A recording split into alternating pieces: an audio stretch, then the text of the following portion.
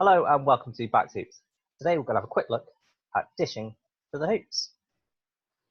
So the players that are going to be involved in this particular offensive style are our primary carrier, who's going to take the role of distributor, the person who's going to throw the ball, and our receivers, the people who are going to catch the ball at the hoop to try and score.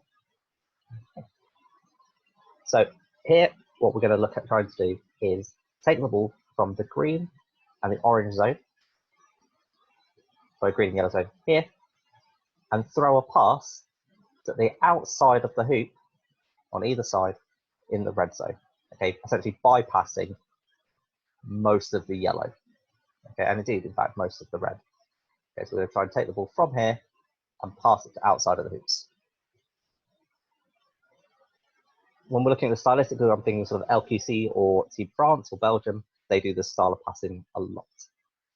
Okay, so very straightforwardly, primary carrier takes the ball, and anywhere on this red line, they're looking to throw it to the outside of the hoop to a receiver who was cut from behind the hoop or just wide of the hoops to just outside of the left or right hoop. They want to be coming from behind the defense because that way they're less likely to be picked up, less likely to be marked. Most defenses are set up forward facing, so anything here is a blind spot, which means they're less likely to see, and they're going to have more space. The pass needs to go relatively flat. If it's too high, you're making your receiver vulnerable to helpless receiver, and it's just more likely to go slower and therefore be more likely to be picked off. Whereas a flat pass to the hoop leads for a very quick, easy finish. Okay. They want to be taking the pass around 1, maybe 2 steps at most away from the hoops, so that it is a very quick catch release.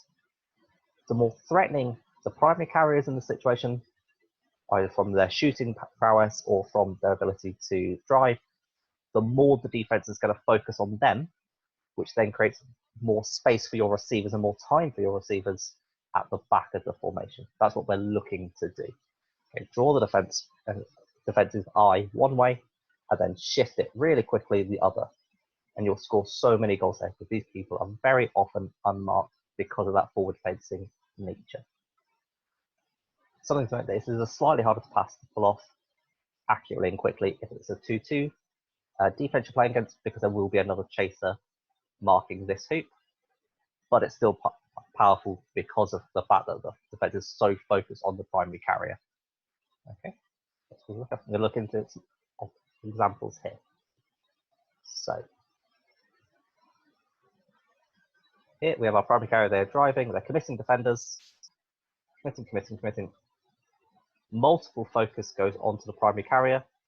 It all lies that way, which allows for a pass across the face of the hoop to a chaser behind. 1 step, goal.